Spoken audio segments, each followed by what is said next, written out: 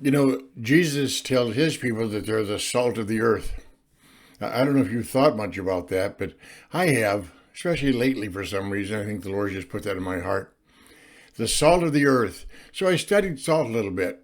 Salt is a preservative. It won't preserve forever, but it does stop decay or at least hinder it. Decay continues to come, but we're the salt of the earth. Salt also adds flavor. Salt draws out water. Salt is good. Salt on its own is not good.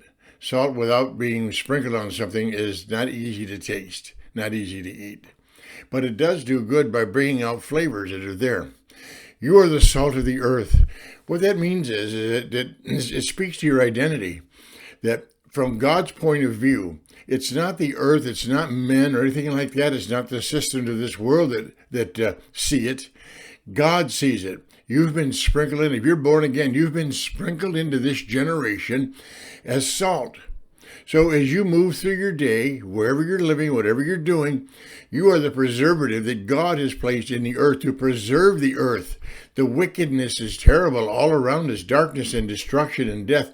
The natural man is he's a purveyor of death. He's a predator. He'll destroy the earth. We see that. It doesn't take much, to realize that that's what's going on. But you are the salt of the earth. So God uses you to preserve the earth. He also uses you, who you are, your person. Maybe not your gifts. I don't know about that.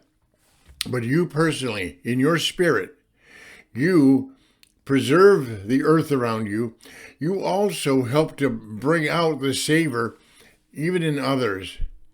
When you begin to realize it, you get out of bed in the morning. I get up this morning, I'm not a boy anymore, and sometimes in the morning, early, I get up kind of early, and boy, my flesh is just, I don't want to get out of bed.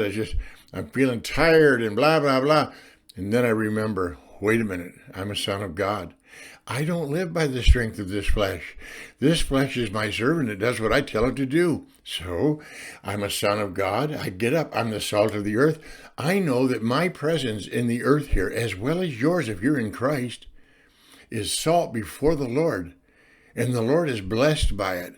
And the Lord is using it. He's sprinkling it in to preserve this wicked world around us.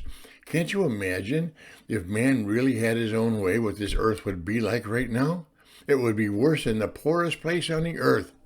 It's Christians, by the way. It's believers who have advanced most every blessing to man in the earth. Even this country was founded by people who had faith in God. We're the salt of the earth. You're the salt of the earth. So why don't you take it on as your identity and live in that and walk in that? It's easy to forget who we are. Life starts to get you down, and you make mistakes, and think people don't like you and all that. You're still the salt of the earth before the Lord.